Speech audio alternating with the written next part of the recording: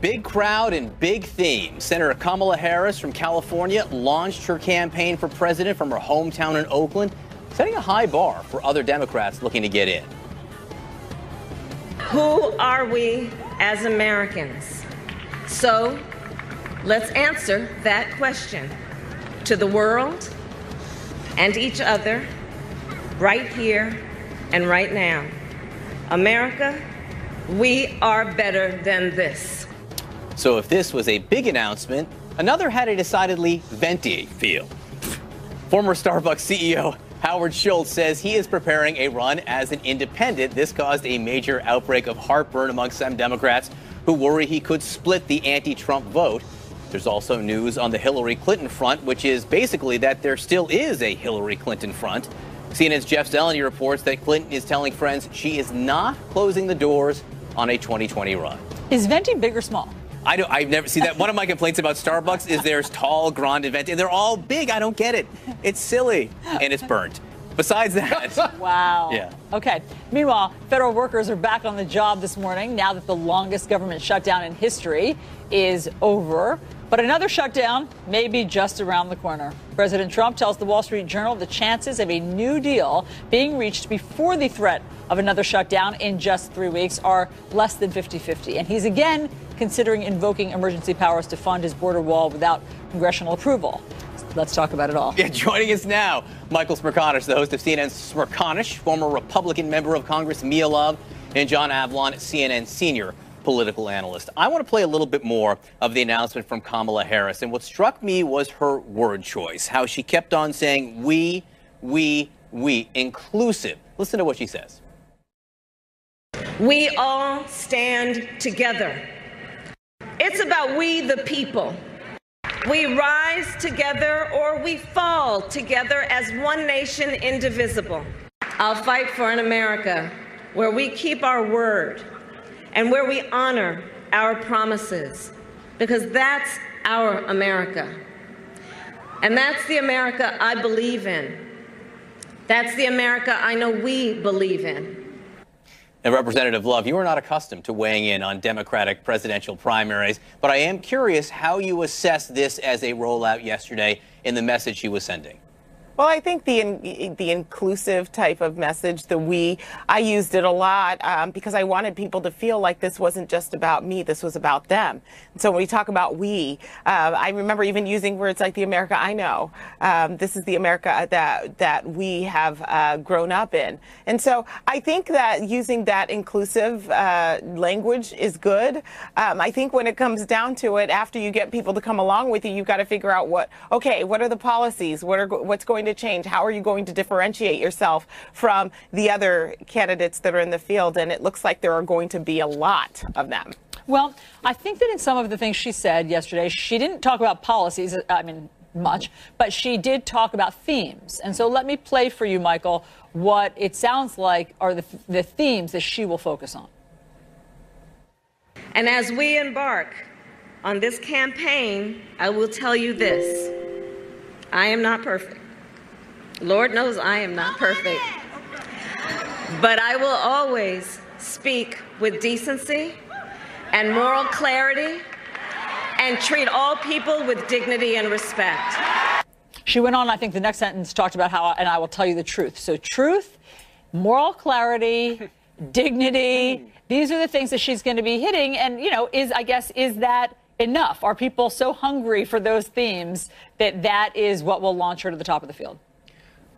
Well, in a word, it was all about contrast. It was Kamala Harris trying to portray herself in starkly different terms to the President of the United States.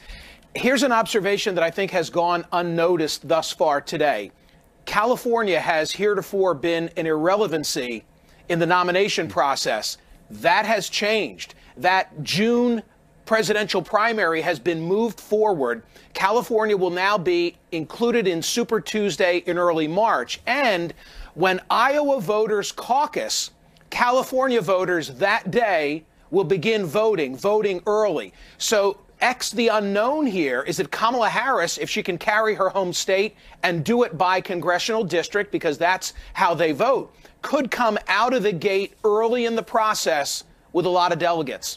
You know, it's so funny. Michael, you are not the first person to bring that up this show, but it only goes to prove what political junkies see in all of this is something sometimes different than everyone else. California, huge treasure trove of delegates to be had there, John. It's a big Democratic field, a very big Democratic field, going to get bigger, maybe even as soon as this week. An announcement like this, does it give anyone pause if you're Beto O'Rourke still mulling over, which truck stop is going to be the place for your next coffee? Do you maybe pause and say, hey, this is going to be hard to go up against? Beto O'Rourke's beat poetry fascination, I think, has its own lane right now. Look, if you really have the fire in the belly, you other folks getting in is not going to make a decision for you. The difference is that Kamala Harris really does have a clear differentiation in what is already a crowded field. And while she can bridge the different wings of the party because she's got a background in law and order as Attorney General, that'll be controversial to some folks on the far left, but I think she's incredibly well positioned. And remember, historically, the Democratic Party goes for the hot hand, not the person next in line.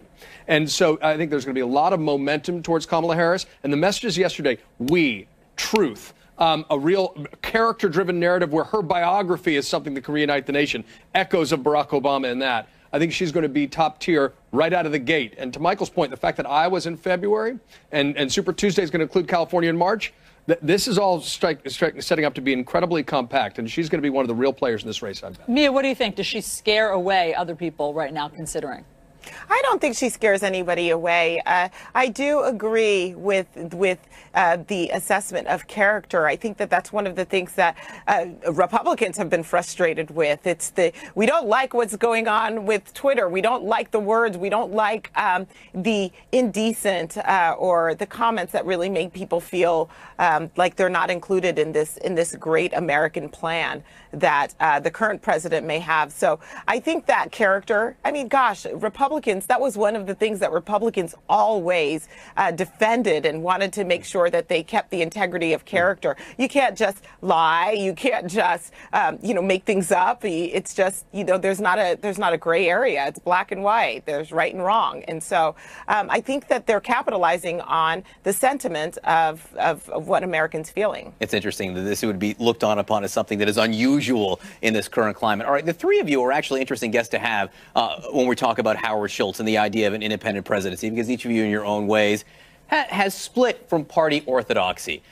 Let's listen to Howard Schultz, who was for a long time the CEO of Starbucks, go on 60 Minutes. He's been talking about this for years, but last night he made it more clear than ever that he is perhaps likely to enter the presidential race as an independent.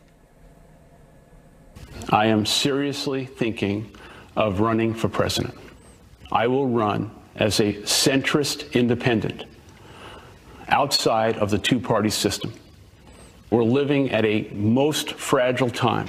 Not only the fact that this president is not qualified to be the president, but the fact that both parties are consistently not doing what's necessary on behalf of the American people. Michael, are people clamoring for a Howard Schultz candidacy? People are clamoring for a competent, independent candidacy, and why not Howard Schultz? Why should he be ruled out at this stage? You've talked about the data. The most recent statistic from Gallup is 39%. 39% who self-identify as an I as compared to 34% who say they're a D, 25% who say there's an R. I listened to Harry Enton. Sure, he's right that some of those people are strong leaners and lying because they like the panache of sounding like an independent. But let me assure you, there are many of us who really are independent and are not aligned with either party and are dying for somebody to give us other than a binary choice. Look, Michael and I are brothers in arms on this in terms of centrist and independents. And I think there are a plurality of Americans who are centrist and independent who have felt politically homeless for decades. And the further polarization of politics only increases that. Now, the question is whether Howard Schultz is the right candidate and whether 2020 is the right time. I personally would rather see more centrist and independents run for the Senate to create a fulcrum strategy, for governorships, to really show that this is a viable path forward. The danger, of course, is the independent candidate can be a spoiler at a time when it's especially high stakes. That said, the far left may be freaking out about Howard Schultz even floating a trial balloon. But the candidates the independent candidates who've had the most negative impact from their perspective are Ralph Nader and Jill Stein. who demonstrably helped elect Republican presidents who did not govern from the center, shall we say. I think they're freaked out about his $3 billion more than they're freaked out about anything else. I think that's the thing that makes it. Which he said last night he'd be willing to spend. Right. Yeah, all of it. Well, I mean, Which gets you 3 coffees, by the way, at Starbucks. Oh!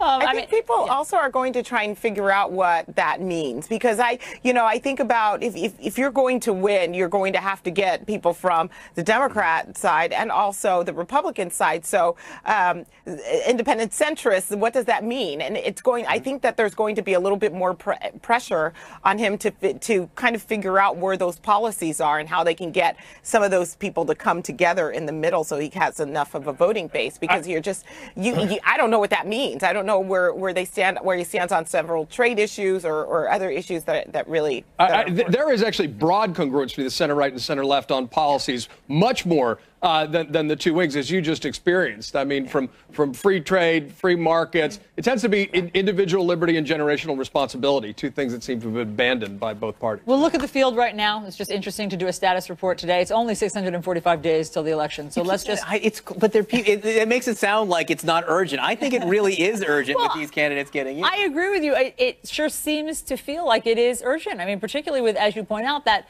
crowd that Kamala Harris got that looked like the Patriots send-off. So at the moment, I mean, it's the most diverse field, as we know. Yeah. That's her crowd. It's great. But now I'm completely distracted thinking about Tom Brady. I know. So give me a second to get back. Oh, good. I'm sorry. But it's just interesting to see how crowded the field is, Michael, already with Democrats, and whether or not, given the talent that is in there, given the passion for President Trump that so many people still have, if an independent has a lane. Well, I find that fascinating, and also Jeff Zelany's reporting that you've been talking about, saying that Hillary hasn't ruled it out. And Allison, when I heard your report today, the first thing that I thought of was a Mark Penn essay that, if my memory is accurate, it was in November of last year, that ran in the Wall Street Journal, where he and a co-author were encouraging her to run. And of course, I looked at that, like many, and I said, is this the trial balloon? Well, that, in connection with Jeff's report, makes me think, maybe she really is putting out the feelers and trying to tell people to keep their powder dry. We'll see. I mean, we'll see. It could also be she just doesn't want to say definitively no just yet. Representative, can I just ask you again if we can put the pictures of the people running the Democratic field back up? One of the things that is striking to so many is the diversity of this field, the racial diversity, the diversity in backgrounds. Pete Buttigieg, the mayor of South Bend, who is gay. You, who have been looking to increase the diversity in the Republican side of the aisle for so long, when you see this, what do you think? Well, look, I mean, I'd like to see that same picture. I thought we were moving in that direction to get more diversity in the Republican Party. There is a lot of work to do for Republicans in terms of being inclusive.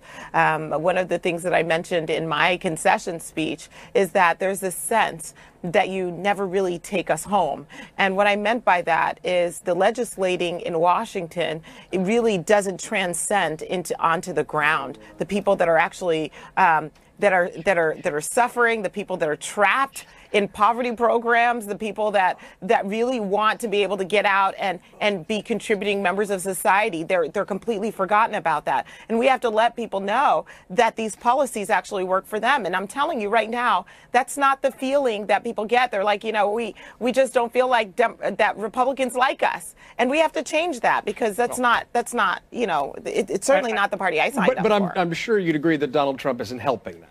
Well, no. And then after this whole shutdown, showdown where he got absolutely, I'm sitting there thinking, what did he get out of that?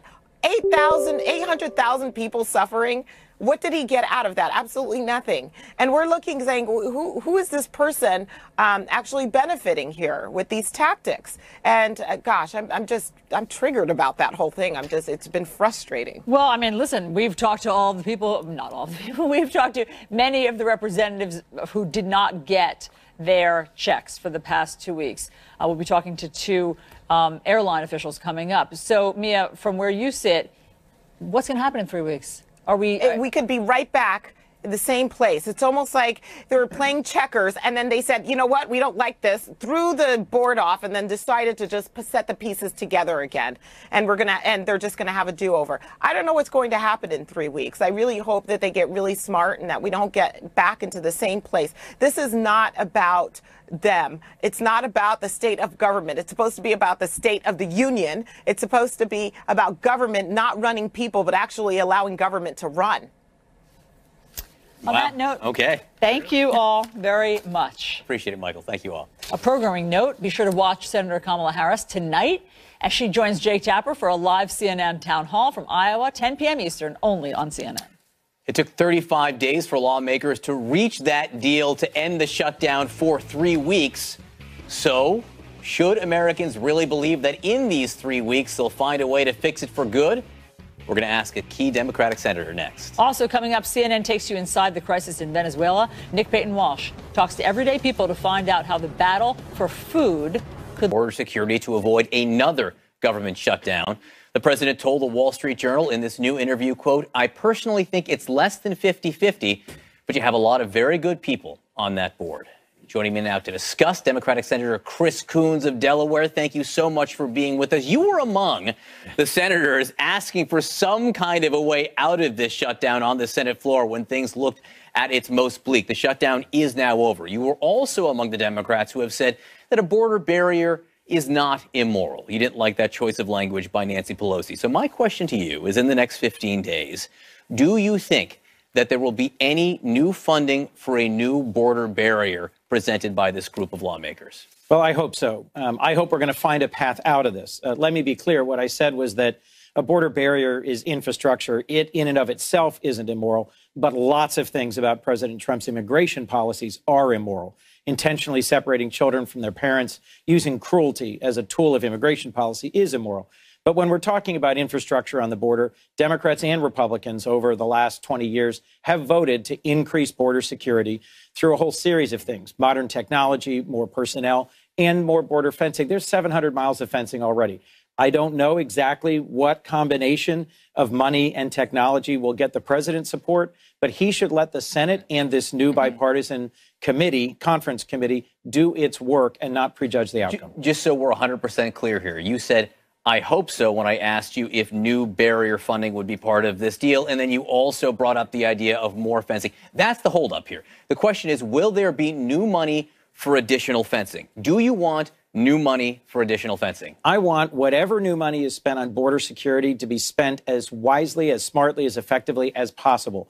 I don't think that means another several hundred miles of border fencing.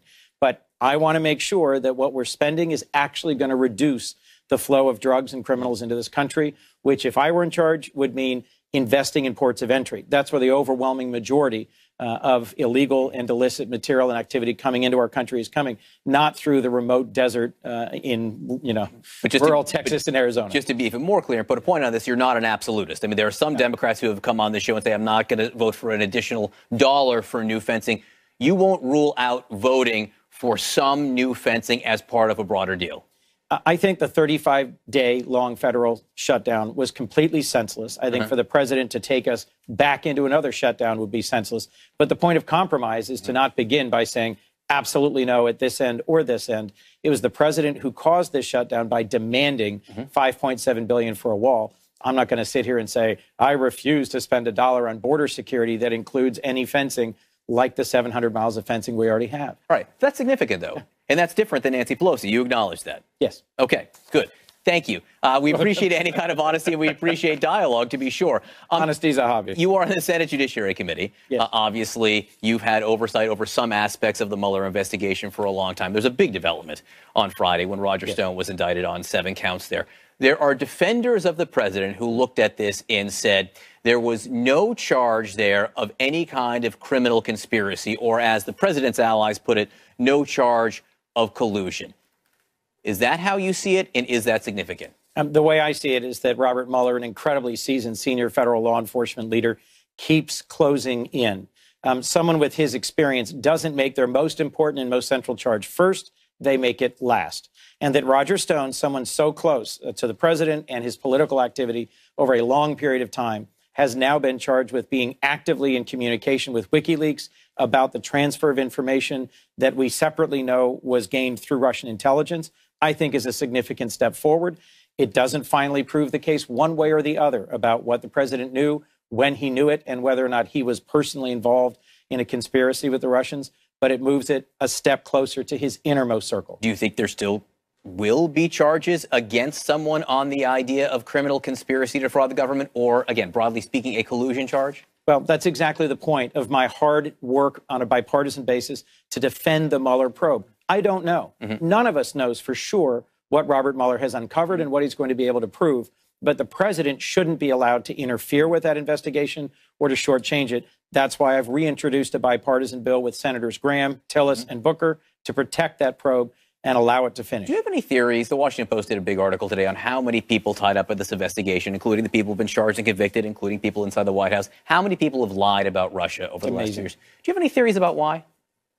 Because they were concealing inappropriate activity.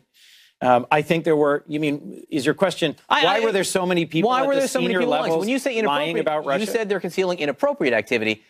Is it illegal activity? Are they concealing illegal activity? Well, that's a conclusion to be reached first by the Mueller probe and then by whichever body is responsible for reaching the conclusion about whether it was criminal, whether that ends up being the Congress in an impeachment proceeding or it ends up being a jury in a court of law. I have tried to carefully not prejudge this entire investigation. On a few occasions, I've gotten ahead of myself. So I'm trying to be careful about that and protect the process and protect the investigation. Starbucks CEO Howard Schultz went on 60 Minutes last night and said he is considering getting in the race. He sent out a tweet that said, "I love our country, and I'm seriously considering running for president as a centrist independent." You're more of a centrist Democrat, I should note.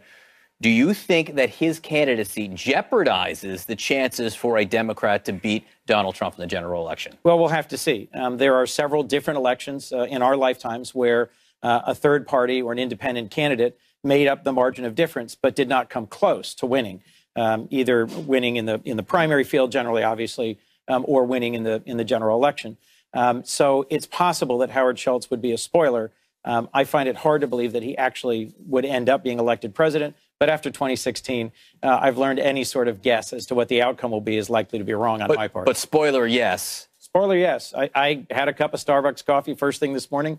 Great cup of coffee. The real question is the average American interested in a repeat of Donald Trump, meaning someone with no prior experience in government and public service, but in this case, perhaps someone who has a stronger record as an ethical business leader? I want to ask you about Venezuela now. Obviously, there are huge going on down there. Axios reporting that Senator Lindsey Graham says the president went to him and said, "What do you think about using military force in Venezuela?" And Graham replied, "Well, you need to go slow on that. That could be problematic."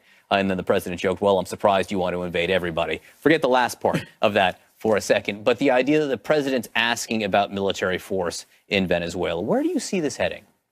Well, this is a critical moment, both in the history of Venezuela and in our relations in this hemisphere. I do think it's significant that the United States has now stepped out and said we recognize the opposition leader and we are calling for new, free, fair, and open elections. The Maduro government has been a disaster from a humanitarian perspective, an economic perspective.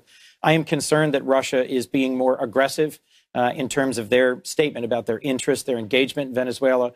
If we can get through these next few months without military action by either the United States or Russia, that would be a very positive thing. But the suffering of the Venezuelan people is stunning. The dislocation to the whole region, striking, and ways in which this could reset positively or negatively our relations in this whole hemisphere have to be watched closely. So a casual consideration of military action in Venezuela gives me grave concern. But building carefully a multilateral coalition with our European and North American allies and working closely with the Venezuelan opposition and people to prepare the ground for whatever might come next. That's the sort of patient preparation for diplomacy first and action second that we would hope for from a mature and seasoned leader. Senator Chris Coons from Delaware, thanks so much for being with us. Thank you, John. Allison? Okay, John, people are eating from the trash. CNN crisis in Venezuela. The self-proclaimed interim president, Juan Guaido, tells the Washington Post that the opposition is in talks with sympathetic military officials to oust President Nicolas Maduro. Maduro is calling the political upheaval a U.S.-led coup. CNN's Nick Payton-Walsh went undercover inside Venezuela to capture the desperation that is gripping the nation. It could lead to political change. Nick joins us now with his exclusive report. He's live in neighboring Bogota, Colombia. Nick, tell us what you learned. John, it is startling how we tend to cast the crisis in Venezuela as some big geopolitical new Cold War battle of wills between Moscow and Washington. But really, for people inside, it's about food. It's about the startling mismanagement and corruption of the Nicolas Maduro government and how that's left people unable to get the daily things you and I take for granted: water, dinner, breakfast. I should point out for you on a technical note, many of the people we spoke to requested anonymity out of fear, and because of how we film, some of the audio isn't the very best, so don't adjust your set. But here is what the last week inside Venezuela looked like. Cross into Venezuela's unending disaster, the world's worst growing refugee crisis. And it's like the world, as you know it, is slowly ending. Oil once made them the richest in South America, but this is now the line for 3 days and nights to get a full tank. In the capital, there's a queue for everything, everywhere. Hunger breeds a special kind of anger. This is how hyperinflation works. These groceries cost $50 now, but because of what's happening with the local currency, they'll be worth double at least by next month. People paying tomorrow's prices today. There's no queuing for the youngest, living off what, even here, nobody wants. This isn't play, it's practice for self-defense. My brother got killed in July by another gang, says 14-year-old Usmaria. They found the body in the river. We gather stuff, we beg, a piece of chicken skin to take home. In the socialist utopia that now leaves nearly every stomach empty. This was the day when change was meant to come. Hundreds of thousands flooding central Caracas, watching opposition leader Juan Guaido swear himself in as interim president. But it fast turned sour. They've had this standoff outside the military airfield here for months. But this is the first time with an opposition leader claiming the presidency. All eyes were on the army and whether it too would rise up. This is the important question really in the standoff. It's about the military's vote. They may be throwing stones at them here, but what they really need is the army to switch sides. That didn't happen. And the police tear gas and motorcycle charges sent us fleeing down side streets. Yes, I know. Some likely wounded, although dozens reported dead during the day. It was up here, in the normally loyal slums, where the fight was nastiest. Special forces entered these streets. They've been coming back to make arrests all during the afternoon, when we're invited to meet Carolina's extended family, where Maduro's base has long lived. State handouts bought their loyalty for years. But now this is all she has to feed for this day. And they say now they too want Maduro gone. We can't hold it in anymore, one of her cousins says. We're being crushed. We're beggars now, always begging. This isn't political, it's survival. People are killing each other for a kilo of rice, for water. Army defectors outside Venezuela called on soldiers to rise up. But we hear from one junior officer that even when you can't feed your family, it's more complicated. I would say 80% of soldiers are against the government. Some even go to demonstrations. But the big fishers, the senior officers, are the ones eating, getting rich, while at the bottom we have it hard.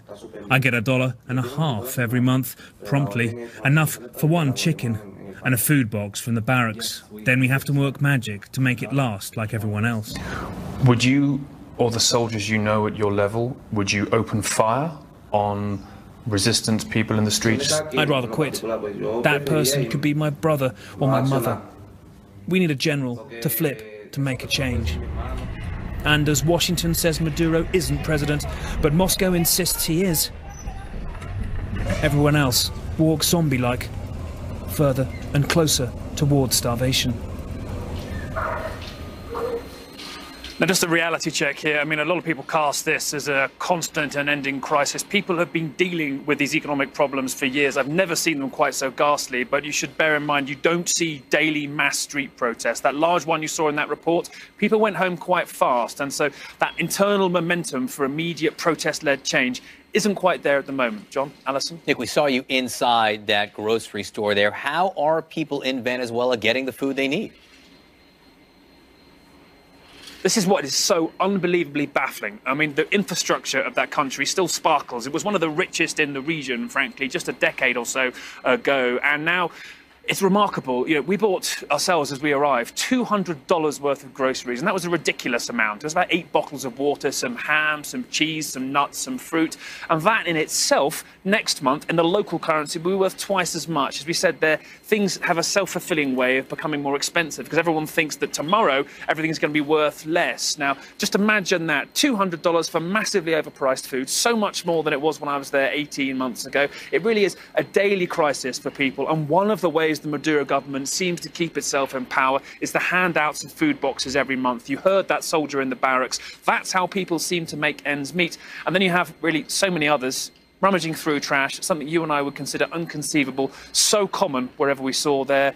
I mean, even ourselves, on an unlimited budget, we found it often quite hard to get food, and that is so staggeringly the reason why people are so furious right now. John? Nick, we heard one of the people that you interviewed say we need a general to flip. And so what are the chances that the military would turn against Maduro? This is the big question. As it currently stands, and we saw a lot of this in there, you hear a lot from the rank and file that they're angry and they go through the same problems all Venezuelans go through. But there's the riches that seem to keep the generals and the higher ranks in power there. And so long as that is all secure, and so long as those generals manage to keep their subordinates on the leash, so to speak, it's very hard to imagine how we'll suddenly see the military defect. And without that, it's also hard to see how Maduro gets kicked out. You know, we see Juan Guaido there, a charismatic figure, selling a message of hope to the people, many of them middle class as well, but he doesn't, it seems, represent those in the slums you saw there too. They have their own separate poverty-based fight, and so we're in for months of problems here, potentially, rather than some sudden, swift change in power. Back to you. Nick Payton-Walsh, thank you so much for the reporting. I mean, John and I report on this every day, but until we saw your pictures and what the kids there and the parents are resorting to, I think that I wasn't able to get my head fully around what's going on in Venezuela. Thank you very much, Nick. Well, the government shutdown here ended only after planes at New York's LaGuardia Airport were grounded. So up next, flight attendants and air traffic controllers tell us safety lingers today. So joining us now are Sarah Nelson. She's the international president of the Association of Flight Attendants, and Dan McCabe. He's a representative from the National Air Traffic Controllers Association. Great to have both of you here to give us a status report. Sarah, you said the shutdown, ending the shutdown, was a matter of life and death. What did you mean? Well, absolutely. There are critical functions that happen behind the people who are determined to be essential people, like Dan. And all of the work that happens behind those people preps them to be able to have the intelligence that they need to make good decisions about how to carry out their job. So safety inspectors, for example, were on furlough, and other civil service people that we count on for the layers of security that matter. The other thing that was a problem was that the training facilities were down. The planning programs were down. New initiatives, new technology that was being put in place to assist the air traffic controllers as they're making their decisions about where to tell planes to land and how not to interrupt travel with those planes trying to take off as they're coming in. Dan can talk about that much more eloquently. But when you have a government shutdown, it's really concerning that you don't have all the programs in place that support the safety professionals who are on the front line. And Sarah, just before we get to Dan, were you hearing from your flight attendants that they were seeing actual specific things, problems that were causing them safety concerns? Flight attendants were very concerned because we know it takes layers of security. And the biggest thing that they were concerned about is our air traffic controllers who were going to work every single day, making sure that we were safe, but not having a paycheck in a high stress job. Anyone can understand that that is a threat to safety in and of itself for highly trained, highly certified, high medically required job where people have to retire at age 56. And so flight attendants know very well it's not a good idea to stress those people out further. And that's exactly what the shutdown did. Yeah. So, Dan, listen, it sends a shiver down my spine as someone who flies to think that air traffic controllers during those 35 days were not well rested, were concerned about paying bills, were stressed, but were, from where you sit, passengers' safety endangered during that time. Well, it was getting worse as we move forward. And just based upon the things you brought up, the emotional state of the controllers, Thursday and Friday was among the worst I'd ever seen. And as we spoke last week, everyone has their breaking point. And I was concerned that breaking points of larger amounts of people were getting closer and closer. Since the announcement on Friday afternoon, the mood has improved immensely. People were able to go home, spend time with the families, get a couple good nights rest, and we're ready to get back to work as normal. Yeah, I never want to hear the words air traffic controllers and breaking point in the same sentence. But, you know, Dan, you've pointed out that it's just, you can't just like flip a switch and everything goes back to normal. So after these 35 days, how do you get it back to, you know, a well-oiled machine? What's gone wrong? What has to happen today? Well, that's something we've still got to figure out. So we'll work collaboratively with the FAA and other entities to find out what negative impacts may we have seen over 35 days of having the government shut down. We'll work to mitigate those quickly. Look, we got to get the FAA Academy open. We've got to get to hiring people. Here in Atlanta, we've got to come up with a plan to make sure the Super Bowl goes off without a hitch. So we've got a lot of work to do. But, you know, air traffic controllers make the impossible look mundane, so it's just another day at the office for us. But do you have to retrain people? Have skills gotten rusty over 35 days? No, as far as the controllers that are working the scopes right now, we won't need to train those. Now, as far as some modernization programs that we've been working on within the building, we'll have to retrain the entire workforce on some of those, just simply because they hadn't touched it so long. Sarah, I know that you and your association are trying to make sure this never happens again, but what can you do? Mm-hmm. Well, we are going to work every single day to help people understand the really severe nature of this. I think this shutdown was the longest in U.S. history, more than twice as long. So we did get to that breaking point, and people got to see how dangerous it is when you shut down the federal government, who do incredible work that we don't see every single day. We have these amazing federal sector civil servants who make our government run. And when you shut that down, it interfaces with private business, and the whole thing starts to unravel. So in this case, with the airline industry, it was very obvious that if planes don't take off, my members don't have jobs, people don't get services to their communities, they're stranded in their communities, and our interstate commerce that we're so dependent upon doesn't flow. So this is very concerning, and we all know how impactful this was, how important it is that we keep the system going, that we help people understand that if you come to work for the federal government and do these key jobs, we're going to have your back. We're not going to put you in a situation where you have to worry that this is going to happen to you.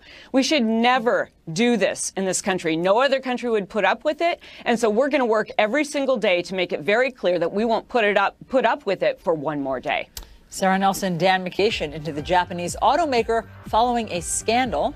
Chief Business Correspondent Christine Romas joins us with more. What's this about, Christine? Good morning, Allison. Well, U.S. regulators now asking questions about how Nissan reported executive pay. Nissan said it has received an inquiry from the U.S. Securities and Exchange Commission and is cooperating fully. The Japanese automaker made that comment after Bloomberg reported the SEC is investigating whether it accurately disclosed its executive pay in the United States. Now, Nissan's chairman, Carlos Ghosn, was arrested in Japan in November. He has spent 2 months in custody. He is a legend in the auto world. Ghosn is suspected, though, of underreporting his income by tens of millions of dollars and transferring personal investment losses onto Nissan. Nissan and Mitsubishi both fired Ghosn as chairman soon after that arrest. He resigned as chairman and CEO of France's Renault last week after the French government withdrew its support for him. Greg Kelly, a former top exec at Nissan, has also been indicted in that case. Ghosn and Kelly have both denied any wrongdoing, John. All right, Christine Romans, thank you very much. Longtime NBC News anchor Tom Brokaw under fire for comments he made about Hispanics on Meet the Press. Listen to this. I also happen to believe that the Hispanics should work harder at assimilation. That's one of the things I've been saying for a long time. You know, that they ought not to be just codified in their communities, but make sure that all of their kids are learning to speak English and that they feel comfortable in the communities. And that's going to take outreach on both sides, frankly. Brokaw is now apologizing for those remarks in a series of tweets. He says he feels terrible. His comments on Hispanics offended some members of that proud culture. Again, this is what he says, adding he's worked hard to knock down those false stereotypes. Okay, the government shutdown is over, but could come roaring back 3 weeks from now. Or maybe this was the shutdown to end all shutdowns. Senior political analyst John Avlon joins us with a reality check. John. Allie. So hyperpartisanship is a hell of a drug. It fueled the longest shutdown in American history. And get this, less than 24 hours after Donald Trump waved the white flag, the official GOP Twitter account said this, quote, Democrats have held our government hostage for weeks, but thanks to President real Donald Trump's leadership, the government will reopen. Look, I get that their job is part